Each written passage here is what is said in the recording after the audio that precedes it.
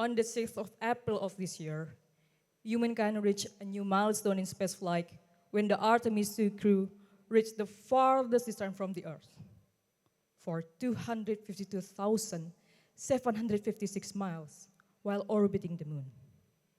Then, what's the urgency?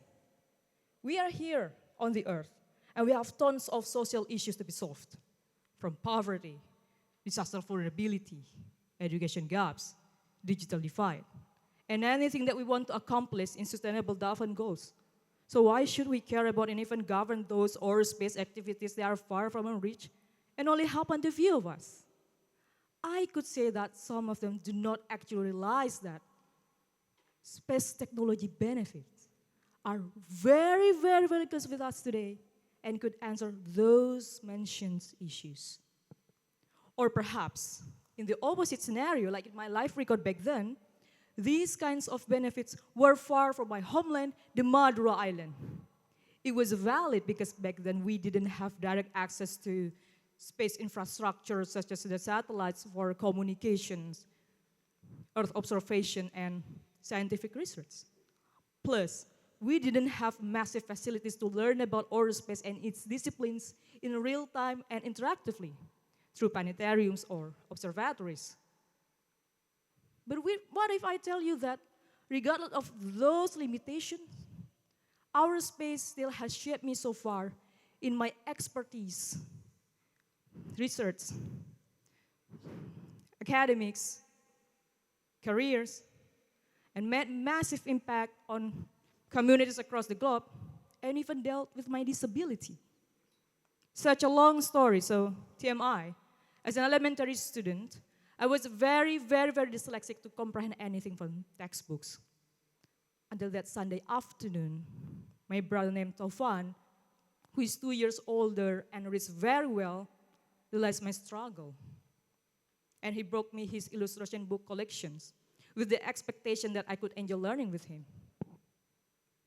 Most of them were about animals, and I was not really interested because I usually wave to them at Surabaya Zoo. So, for what? It's everywhere. But I got goosebumps while saying one large book called Alam Semesta dan Bumi in Bahasa, or in English, The Universe and Earth Science, written by Steve McClure. And one of the pages depicted a beautiful and colorful object. And later my brother told me that there is a nebula. A nebula? What's that? As a kid, I have no idea what's nebula, and he took me out and pointed to the sky. If you want to see the nebula, so look up there. And I was like, where is the nebula? I insist. But he told me that at least we need a telescope to see them clearly. Again, as a kid, a telescope. My realization towards this telescope existence and use to observe the nebula was a life-changing experience. It was my first time to recognize there are more and more God's creation beyond this blue planet. And I was motivated to spell all the space objects in the book. And after those dramatic childhoods, do you think I end up enrolling in something like astronomy or aerospace engineering because I was very enthusiastic to spell out all the space objects in the book? Did anybody know that? Nope. Nobody knew that because I didn't even apply. It was too hard for me who hated calculation, so I didn't learn anything specifically like Newton's laws, Kepler's law, Hubble's laws, nope. I learned another law called constitutional law in law school. So yeah, it sounds tragic, but guess what? I reconnected with my passion while studying law. I shifted my specialization from constitutional law to international law after I figured out that space law was one of the subjects. It was quite risky because back then I invest a lot in constitutional debate competitions. And then I sat there and wrote my undergraduate thesis on space law, and it was even the research topic on it at the school. But I'm grateful because there I explored a lot about the utilization and ownership of moon and its natural resources and another space applications. which has supported my journey so far for about 6 years, including actively proposing recommendations to the United Nations Office for Aerospace Affairs, or UNUSA, and United Nations Committee on the Peaceful Use of Aerospace, or UNCOPUOS, to their permanent research projects. But what is the correlation between my works and today's accomplishment, and why does it matter to you? You may argue that not everyone experiences spaceflight like the astronaut of Artemis 2. However, I'm positive that each of you has direct access to these satellites' utilization in addition to your internet connections. Now, open your Google Earth or at least Google Maps. Here I'm using Google Earth. Yeah, I know it's very basic, like we can explore another country such as the United Kingdom, and moving to our location now, Singapore in the Culture School, or SIS Surabaya. Yeah, it's moving. Okay, here we go. We can even monitor SIS historical landscape over time to analyze its surrounding, which also works for environmental monitoring before and after wars, disasters, and in farming process. And this advanced technology covers every area in our Earth atmosphere, in our surface, which comes from the Earth observation satellites. However, despite these powerful benefits and technologies, it also poses a catastrophic threat. So according to the European Space Agency, there are more than 15,800 tons of space objects in our Earth orbit, which is equivalent to 105 grown blue whales that are potentially turned into debris. Do you think is that easy? They are dangerous. It alerts to massive threats to astronaut safety, our space infrastructures, the active satellites themselves, including us here on the Earth. So here's the thing. In November 2025, a space debris strike on Shenzhou 20's capsule delayed the return of 3 taikonauts for 9 days. Imagine if they didn't prepare for that. Is there any place to go there and buy food or supplies in outer space? Yes, until Uber Eats and GrabFood find their way to 5 stars. Still sounds unreal? What if we go back to my homeland? 10 years ago, massive space components, one of the largest in Indonesia, for about 1.5 meters, hit 4 spots in oceans and lands of Sumeneb, Madura, and one of them struck into a cow shed.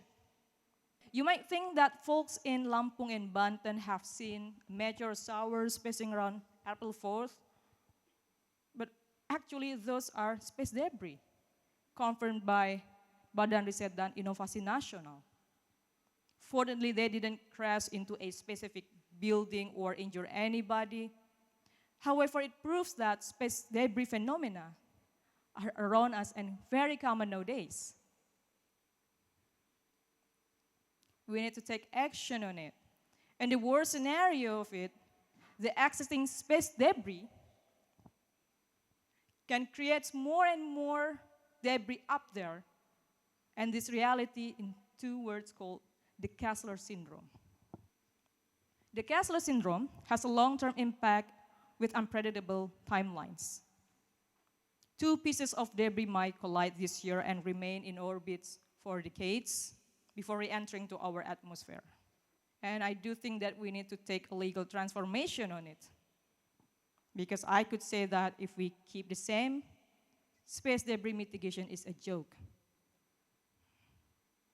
We need a binding enforcement and legal mechanisms to ensure that liabilities and responsibility follow states' actions in responding to debris detrimental cases. Because currently we have soft laws. There are 2007 Space Debris Mitigation Guidelines of COPUOS and its compendium, and 2019 Guidelines to Long-Term Sustainability of Aerospace Activities of COPUOS. And those soft law qualify as very non-binding instrument, which doesn't have legal implication and more in technical aspect. So I do think that we can consolidate those guidelines into a single international hard law instrument, something that we can call Space Debris Mitigation Convention, or Space Debris Convention for short. And it takes models from 1982 United Nations Convention on the Law of the Sea, or UNCLOS, which has binding enforcement and clearing mechanisms from marine pollution by establishing the International Seabed Authority and International Tribunal for the Law of the Sea. And Space Debris Convention will establish the authority and the tribunal in responding to space debris detrimental cases. The Space Debris Authority will cover some responsibilities in governance of space debris mitigation and removal, including gaining collaboration with UNUSA. It will also strengthen the substantive alignment of national laws with the UN Corpus. Besides, the International Space Debris Tribunal will also run the legal mechanisms of space debris cases, and of course for their consequences. Countries are also welcome to choose any dispute settlements choice beyond this tribunal. I know it sounds simple by words, but human behavior in polluting its surroundings are unavoidable. From land, ocean, air, and now space. We can only make it faster through diplomacy. And to do diplomacy, it is not solely limited to diplomats. We have our common goals called Space for All.